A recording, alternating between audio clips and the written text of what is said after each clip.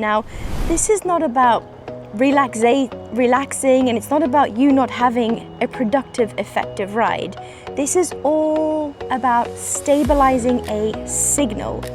This is so important because you see, most behavior when it comes to horses feels like it comes out of the blue. You know these stories we've all told ourselves of this massive explosion and my horse just bolted and it came just from absolutely nowhere and I didn't know what happened. What if you're already doing absolutely everything right? You've already had everything checked. You've had the saddle fitter, the physio, the chiropractor, the vet, so you've ruled out pain. You know there's physically no pain. You having regular lessons, you know, nothing is coming up from the farrier. You've looked at different supplements. We've all been down that rabbit hole. But it's not that you don't care. You care so much. And one would even might say, are we caring too much? But when you walk into the stable and the horse you love, the one that you've invested all this time, all this money, every single month, let's face it, it's almost like a small mortgage. And the minute you enter the stable, he turns his bottom on you. And let's be honest, it's frustrating. And it hurts because it quietly challenges your identity that you hold as a capable rider. Now, what if nothing new needs changing? What if only one thing needs stabilizing? See, high-performing women are excellent when it comes to solving problems. When something feels off, they respond immediately with action. They don't ignore it, they don't blame the horse, they take 100% responsibility. But you see, horses don't respond to how responsible we are. They respond to how regulated we are. Now, what does that mean by how regulated we are? I'm going to explain that to you in this episode. It starts long before the frustration that you're feeling. It starts with the energy and presence that you walk into that stable with, the pace that you walk at into the stable, the thoughts that are already running through your head, you know, that pressure.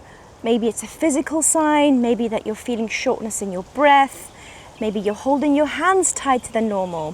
For me, I can hold tension, pressure in my lower jaw, and it doesn't feel quite dramatic to us because we're used to it. It might feel like, okay, there's a little bit of tension here and there. The difference is, because of the way our horses function and how they primarily communicate via motion, that's one of their number one cues, not human verbal language, which is what we do. It really affects our horses immediately. See, most riders, they never evaluate the actual moment before they're mounting, right? They analyze the ride, like some of us dissect the exact striding before the fence. They can replay a mistake on and on and on in their minds, but they never quite audit that entry point. And that's where the signal check lives. So let me show you what I mean by that. So let's picture two versions of the same rider. You can close your eyes for this if you want, bear with me. So both these riders, they have the same tack, they have the same horse, the same arena, but version one. So that first horse that we're picturing, the rider walks in with a mid-email mentally. So by that I mean she's just come off her phone looking at her email, and it's been a really stressful back and forth communication, and it's still in her head, but she knows she needs to crack on to get her horse exercised. So she's thinking about this meeting, thinking about this conversation that got a little bit heated as she's entering the stable. Now, as she's tightening the girth, she's doing it very quickly without thinking. She's checking the time, you know, I need to get on with things. She gets on, nothing feels really wrong, but just slightly rushed, you know, I need to get on with things, slightly compressed. Whereas version two, so the same rider, the same horse, the same environment, same tack, she pauses at the stable door. One slow breath in, long exhale out, like inhaling for the count of 3 and exhaling for the count of 6. Her shoulders drop, her movement is slower. She waits until the horse is actually looking directly at her. She slows the tacking up process down by, let's just say, 10%. She gets on without urgency, same rider, different input. The second ride is always quieter because the horse isn't compensating for the underlying tension. No behavior is actually sporadic. There's usually at least 30-second, 60-second build-up beforehand. It could just simply be a shift in breathing, an anticipation before an offense, and that subtle bracing, which then can turn into tension, which can then be translated into a stumble, which can then turn into an explosion. Like, it can be that simple, but there's always a beforehand. So if we don't catch that before mounting, before getting on our horses, it can end up chasing and catching up with us mid-ride. And that's the endless fix-it cycle that I see so many talented, high-performing riders being stuck in.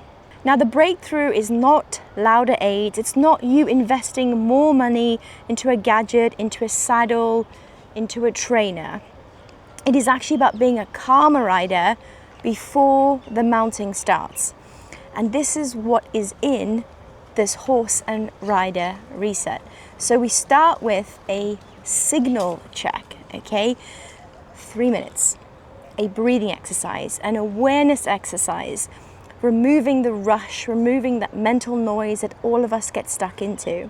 So before the bridle, before we take hold of the reins and we ask them to either go forward or change direction, it's before that first instruction that most of us want to deep dive straight into. And this steadies every single rider first. And the horse has then nothing else to mirror but calm, but grounded.